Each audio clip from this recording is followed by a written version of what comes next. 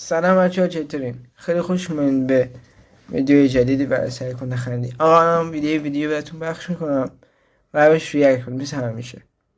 1 2 3.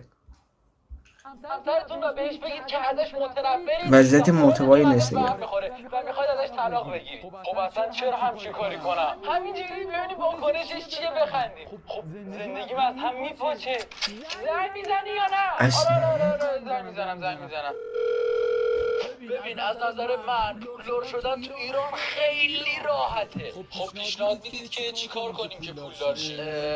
توکل کن به خدا.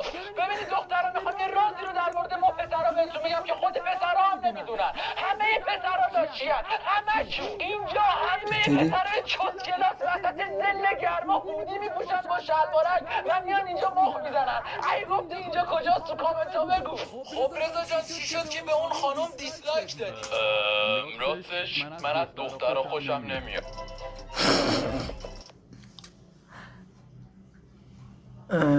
دوباره خندیدم ای بابا. آقا اگه ویدیو دوست داشتین حتما ویدیو لایک کنید و چنل ما رو سابسکرایب کنید و یه کامنت هم بذارین که حسابتون نپره. تا ویدیو بعدی بدرود.